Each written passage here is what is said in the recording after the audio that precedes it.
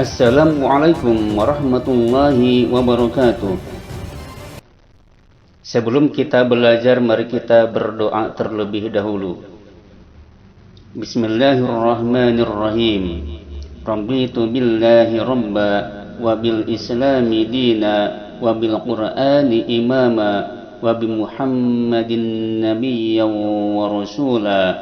Rabbi zidna ilma warzuqna fahma birahmatika ya arhamar rahimin. Para peserta didik sekalian, bagaimana hari ini kabarnya? Mudah-mudahan semuanya berada dalam keadaan sehat dan tetap semangat dalam menuntut ilmu. Pada pembelajaran kali ini kita akan membahas tentang pengurusan jenazah. Sebagaimana kita sering mendengar di masyarakat, di lingkungan sekitar kita, mendengar ada orang yang meninggal. Kewajiban orang yang hiduplah untuk mengurus jenazah tersebut, dari mulai memandikan, kemudian mengkafani, lalu mensolatkan dan menguburkan. Oleh sebab itulah kita benar-benar harus belajar dan menguasai tata cara pengurusan jenazah ini.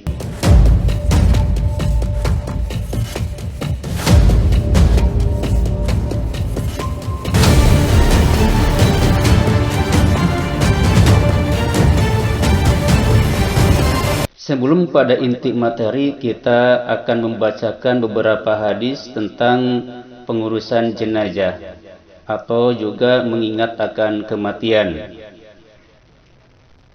An Abi Hurairah radhiyallahu an qala Rasulullah sallallahu alaihi wasallam aktsiru dzikra hadzi bil ladzatil maut rawahu Tirmizi wan Nasa'i wa sahahu Ibnu Hibban. Dari Ibnu Hurairah radhiyallahu an, beliau berkata, Rasulullah sallallahu alaihi wasallam bersabda, "Aktsiru, perbanyaklah oleh kalian dzikra hadzihil ladzatil maut." Mengingat yang memisahkan kesenangan, yaitu kematian. Jadi kita harus memperbanyak mengingat kematian. Terkemudian hadis berikutnya, Rasulullah sallallahu alaihi wasallam bersabda, "La yatamannayanna ahadukumul maut." Janganlah seseorang di antara kalian menginginkan kematian lidurri yang zilubi, dikarenakan suatu darurat yang menimpanya.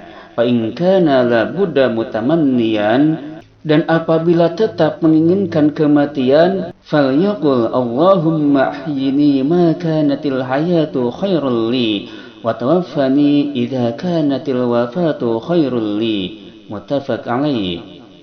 Maka katakanlah, ya Allah, hidupkanlah aku selagi hidup itu lebih baik bagiku, dan matikanlah aku selagi wafat itu lebih baik bagiku. Muttafaq alaih. Hadis yang diriwayatkan oleh Imam Bukhari dan Muslim. Lalu pada firman Allah Subhanahu wa taala, A'udzu billahi minasy syaithanir rajim. Bismillahirrahmanirrahim. Kullu nafsin za'iqatul maut. Setiap yang bernyawa itu akan merasakan kematian. Wa innama tuwaffawna ujurakum yaumal qiyamah.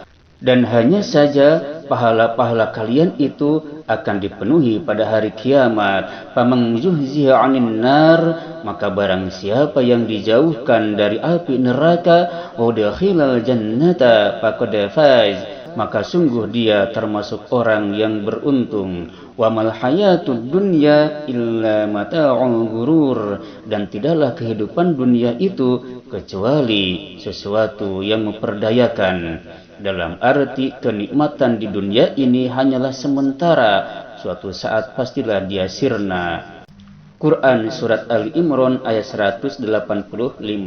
Lalu Allah Subhanahu wa ta'ala berfirman, A'udzu billahi minasy syaithanir rajim. Bismillahirrahmanirrahim. Wa ma tadri nafsum madza taksibu ghadan wa ma tadri nafsum bi ayyi ardin tamut.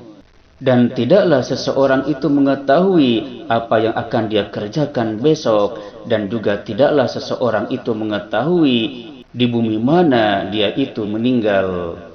Surat Luqman ayat 34. Allah Subhanahu wa taala juga berfirman, A'udzubillahi minasyaitonir rajim. Bismillahirrahmanirrahim. Fa idza jaa ajaluhum la yasta'khiruna sa'atan wa la yastaqdimun. Dan apabila ajal mereka itu datang, maka tidaklah mereka diakhirkan sesaat pun dan tidak pula dipajukan sesaat pun. Oleh sebab itulah kita harus benar mempersiapkan diri untuk menghadapi kematian. Lalu kita lanjutkan pada hadis Rasulullah sallallahu alaihi wasallam, "Man mata yusyriku billahi syai'an dakhalan nar." Barang siapa yang meninggal yang mana dia syirik menyekutukan kepada Allah dengan sesuatu, maka dia masuk neraka. Wa qultu ana, aku berkata, "Mamata la yusyriku billahi syai'an dakhalal jannah." Barang siapa yang meninggal dan dia tidak mensekutukan Allah pada sesuatu pun, dia masuk surga.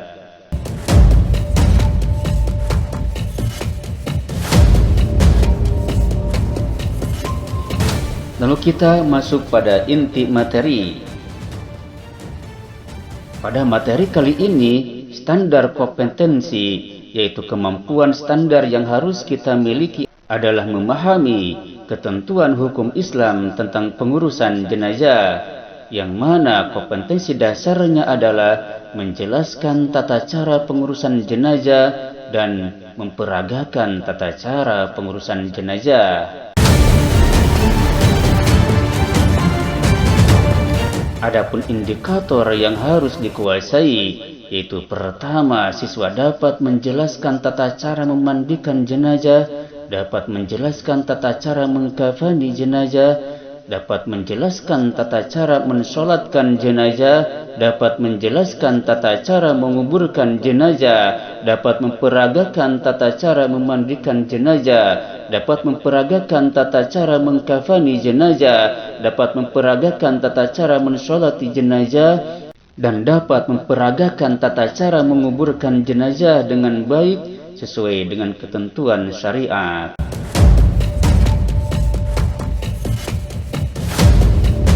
Adapun tujuan pembelajaran yang diambil dari indikator yang baru disebutkan, bahwasannya setelah mengikuti pembelajaran ini melalui video pembelajaran, siswa diharapkan yang pertama dapat menjelaskan tata cara memandikan jenazah, yang kedua dapat menjelaskan tata cara mengkafani jenazah, 3 dapat menjelaskan tata cara mensolatkan jenazah, 4 dapat menjelaskan tata cara menguburkan jenazah, 5 dapat memperagakan tata cara memandikan jenazah, 6 dapat memperagakan tata cara mengkafani jenazah, 7 dapat memperagakan tata cara mensolatkan jenazah, dan 8 dapat memperagakan tata cara menguburkan jenazah dengan baik sesuai dengan aturan syariat.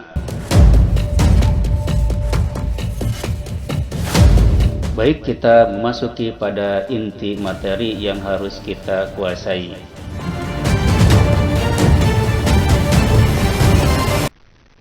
Kita mulai dari materi pertama, yaitu tentang pengurusan jenazah.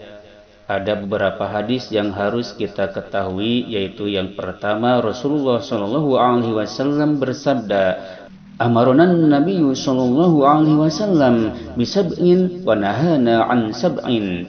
Amarona bittiba'il janazah." Nabi Muhammad sallallahu alaihi wasallam memerintahkan kami dengan 7 perintah dan melarang kami dari 7 perkara. Yang mana kami diperintahkan oleh Rasulullah untuk mengurus jenazah. Ini salah satu perintah Nabi kita Muhammad sallallahu alaihi wasallam. Kita lanjutkan pada materi pokok, Yang pertama yang harus kita pahami dan kuasai adalah memandikan jenazah. Syarat wajib memandikan jenazah. Yang pertama, jenazah atau mayat itu adalah orang Islam, bukan orang kafir. Yang kedua, didapati tubuhnya sekalipun hanya sebagian. Yang ketiga, jenazah tersebut bukan mati syahid. Jadi orang yang mati syahid tidak dimandikan. Begitu pula yang tubuhnya itu hancur dan tidak berbentuk juga tidak dimandikan, atau orang kafir juga tidak dimandikan.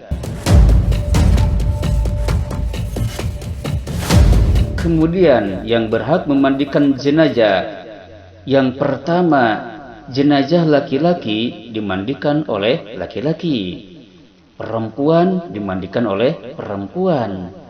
Orang lain jenis yang boleh memandikan adalah muhrim, suami atau istri. Ini gimana? Dapat tergambarkan. Jadi itulah yang boleh memandikan. Terkemudian yang kedua, yang lebih utama memandikan adalah keluarga dekat. Jadi keluarga dekat itu yang lebih utama, misalkan anaknya, saudaranya, itu diantaranya. Terkemudian yang ketiga, orang memandikan jenazah apabila mendapati cacat tubuh jenazah tidak boleh menceritakan kepada orang lain. Lalu yang keempat, apabila tidak mendapatkan orang yang sejenis, muhrim atau suami istri, maka mayat ditayamumkan. Tayamum itu hanya mengusap wajah dan tangan kita dengan debu yang suci. Caranya bagaimana? Ini prakteknya begini. Ini adalah tangan. Lalu kita tempelkan ke wajah. Pertama kali nempel ke wajah adalah telunjuk kita. Lalu diikuti dengan jari-jari yang lain, kemudian ke atas, lalu tungkupkan, lalu ke bawah, dan jempol kita ke janggut kita. Ini yang pertama, lalu dibuang tanahnya. Kemudian pada pukulan kedua pada tanah, lalu kita ke tangan. Cara tangannya begini. Jadi punggung tangan itu disentuhkan pada jari-jari tangan kiri dulu, lalu sampai siku, kemudian ini dibalikan dan jempol di sini ketemu jempol lagi, sama dengan yang kiri juga. Ini selesai, itu cara mentayamumkan, buang tanahnya. Itu diantaranya tata cara memandikan jenazah. Itu adalah orang yang berhak memandikan jenazah. Kita lanjutkan. Tata cara memandikannya bagaimana? Ini tata cara memandikan jenazah. Yang pertama, dalam memandikan jenazah boleh niat atau tanpa niat. Kemudian yang kedua, sedikitnya meratakan air ke seluruh tubuh jenazah. Sebaiknya 3 kali atau lebih bila dipandang perlu. Terkemudian yang ketiga, dalam memandikan jenazah diusahakan dengan bilangan ganjil 3, 5, dan seterusnya. Siraman pertama dengan menggunakan sabun dan daun bidara. Kemudian siraman kedua menggunakan air bersih. Dan yang ketiga disiram dengan menggunakan air yang dicampur dengan kapur barus. Kemudian yang keempat, tata cara memandikan jenazah itu adalah letakkan jenazah pada tempat yang lebih tinggi dan ditutup auratnya. Terkemudian yang kelima, gunakan air basahan untuk menutup auratnya. Dalam arti kain ini dapat ditembus oleh air. Terkemudian yang keenam, berdoalah dan bacalah basmalah sebelum memandikan. Bismillahirrahmanirrahim. Terkemudian yang ketujuh, basuhlah anggota wudu terlebih dahulu baru bagian tubuh sebelah kanan, lalu sebelah kiri. Lalu yang kedelapan, urutlah dan tekanlah perutnya agar kotorannya keluar, kemudian bersihkan. Yang kesembilan, basuhlah seluruh tubuh jenazah tersebut dengan air suci dan mensucikan. Itulah 9 tata cara memandikan jenazah. Salah satu hadis tentang tata cara memandikan jenazah ini itu dari Ummi Atiyah radhiyallahu anha qalas, beliau berkata, "Lamma ghassalna bintan Nabiy sallallahu alaihi wasallam qala lana wa nahnu namsiluha ibada'u bimayaminiha wa mawadi'al wudu." Ketika kami memandikan putri Nabi Muhammad sallallahu alaihi wasallam, beliau berkata kepada kami, sedangkan kami sedang memandikan jenazah putrinya. Beliau berkata, ibada'u bimayaminiha, mulailah dengan sebelah kanannya dan tempat-tempat wudu darinya. Itulah di antara hadis tentang memandikan jenazah. Kemudian yang kedua, kewajiban orang yang hidup adalah mengkafani jenazah. Ini yang pertama, kainnya hendaknya berwarna putih sebagaimana sabda Rasulullah sallallahu alaihi wasallam, "Ilbasu min thiyabikumul bayad fa innaha khairu thiyabikum fakaffinu fiha mautakum." Yang mana artinya, pakailah kamu sekalian dengan kainmu yang putih, karena sesungguhnya sebaik-baik pakaian adalah yang putih, dan kafanilah jenazah dengan kain putih itu. Hadis riwayat Tirmizi. Yang pertama, kita gunakan kain kafan yang putih. Terkemudian selanjutnya, kain kafan sekurang-kurangnya 1 lapis yang menutupi seluruh tubuh jenazah, tetapi disunatkan untuk laki-laki 3 lapis dengan rincian 2 helai kain untuk baju dan sarung dan 1 helai untuk membungkus seluruh tubuh. Sedangkan bagi perempuan menggunakan 5 helai yang dipergunakan untuk baju, tutup kepala, kerudung atau cadar, dan 2 helai untuk membungkus seluruh tubuh jenazah. Apabila jenazah tersebut sedang melakukan haji atau umrah, maka tidak boleh diberi harum-haruman dan jangan pula diberi tutup kepala. Lalu kain kafan hendaknya bersih, baik sifat maupun bahannya, dan tidak boleh berlebih-lebihan. Artinya kain yang harganya mahal, jadi cukuplah yang sederhana saja.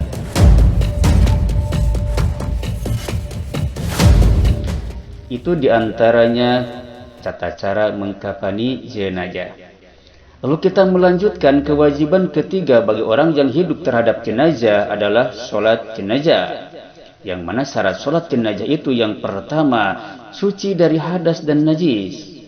Kemudian menutup aurat, bersih badan, pakaian dan tempat, serta menghadap kiblat. Yang kedua, jenazah sudah dalam keadaan dimandikan dan dikafani, baru disolatkan. Kemudian yang ketiga, letak jenazah di sebelah kiblat orang yang mensolati, kecuali solat gaib atau solat jenazah di atas kuburan. Yang mana ini letak jenazah, jikalau dia adalah seorang laki-laki, maka posisi imam itu berada di arah kepala si mayit. Terkemudian, sedangkan kalau jenazahnya perempuan, maka imam posisinya berada di tengah-tengah si mayat, yaitu di sebelah perut, itu di samping kanan perutnya si mayat perempuan. Jadi di sana posisi imam berdirinya. Kita lanjutkan pada rukun salat jenazah. Yang pertama adalah niat. Niat untuk mayat laki-laki yang berada di hadapannya. Usolli ala hadzal mayyiti arba'ata takbiratin fardul kifayah. lillahi ta'ala. Jikalau dia makmum, makmumal lillahi ta'ala. Jikalau dia imam, imamal lillahi ta'ala.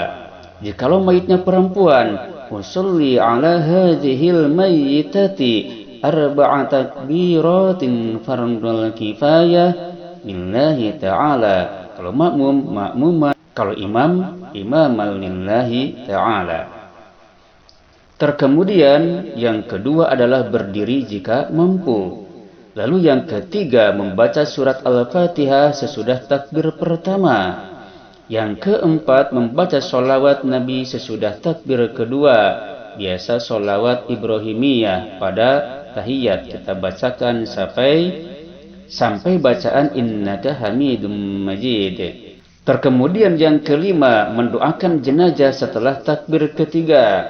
Allahumma ghfir lahu warhamhu wa'afihi wa'fu anhu wa akrim nuzulahu wa wasi' madkhalahu wa ghsilhu bil ma'i wal thalji wal barad wa naqqihi minal khataaya kama yunqqa thawbul abyadu minad danas wa abdilhu daran khairum min darihi wa ahlan khairum min ahlihi wa zawjatan khairum min zawjatihi wa adkhilhu al-jannata wa'idhu min 'adzabil qabri wa 'adzabin nar. Itu diantaranya mendoakan mayat laki-laki. Kalau perempuan, domirnya ganti dengan ha, Allahumma ghfir laha, dan seterusnya. Terkemudian yang keenam mendoakan yang ditinggalkan setelah takbir yang keempat. Allahumma la tahrimna ajrahu wa la taftinna ba'dahu waghfir lana wa lahu wa li ikhwanina alladzina sabaquna bil iman wa la taj'al fi qulubina ghillan lil ladzina amanu rabbana innaka ra'ufur rahim. Lalu yang ketujuh membaca salam, yaitu dengan melirikan wajah kita ke kanan terlebih dahulu baru ke kiri. Itu diantaranya tata cara sholat jenazah. Kemudian kita lanjutkan. Ini sebagaimana telah kita tadi bacakan yang lengkapnya, dan inilah doa takbir ketiga yang pendeknya. Allahumma ghfir lahu warhamhu wa'afihi wa'fu anhu. Boleh diganti kalau hak domirnya laki-laki pakai hu, hak domirnya untuk perempuan pakai ha. Ini yang pendeknya sampai di sini sudah cukup ya. Kemudian setelah takbir yang keempat kita baca Allahumma la tahrimna ajrahu wa la taftinna ba'dahu waghfir lana wa lahu. Ini juga yang pendeknya sampai sini boleh ya. Itu diantaranya tata cara mensolatkan jenazah.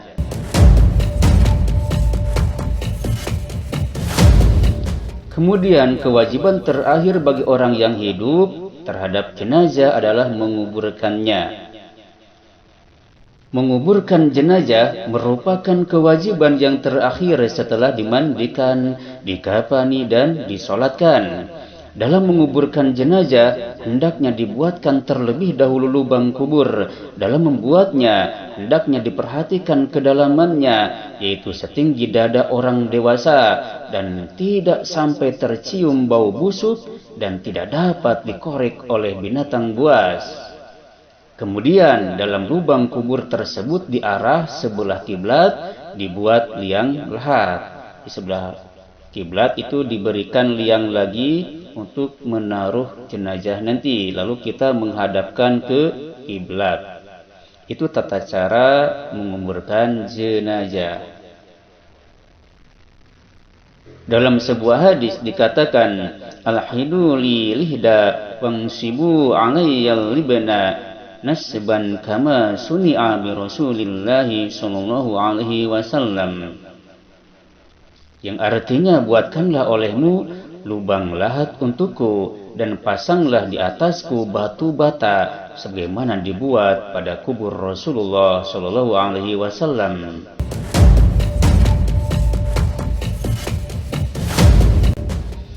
Kemudian lebih terperinci cara menguburkan jenazah. Yang pertama, masukkan jenazah ke dalam lubang kubur sambil membaca doa Bismillahi wa ala millati Rasulillah, yang artinya dengan nama Allah dan agama Rasulullah sallallahu alaihi wasallam.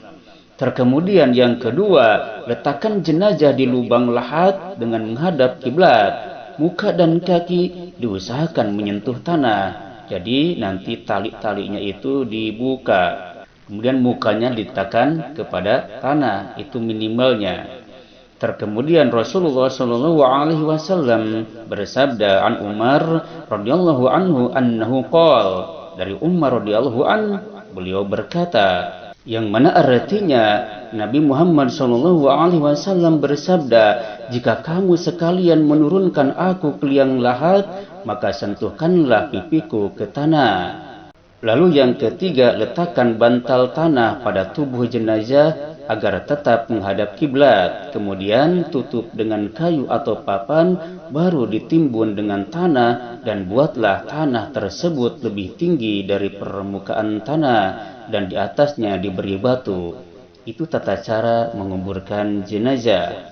Itulah diantaranya penjelasan tentang kewajiban seorang muslim yang hidup kepada jenazah yang telah meninggal, yaitu 4. Yang pertama adalah memandikan, yang kedua adalah mengkafani, yang ketiga adalah mensolatkan, dan yang keempat adalah mengkuburkannya. Itu diantaranya yang dapat dijelaskan pada kesempatan kali ini, yang insya Allah pada pertemuan selanjutnya kita akan membahas tentang ta'ziyah dan ziarah kubur. Itu kita akan membahas pada pertemuan-pertemuan selanjutnya insya Allah. Mudah-mudahan apa yang kita bahas untuk hari ini bermanfaat dan menjadi ilmu yang bermanfaat juga bagi kita semua. Akhirul kalam, wassalamualaikum warahmatullahi wabarakatuh.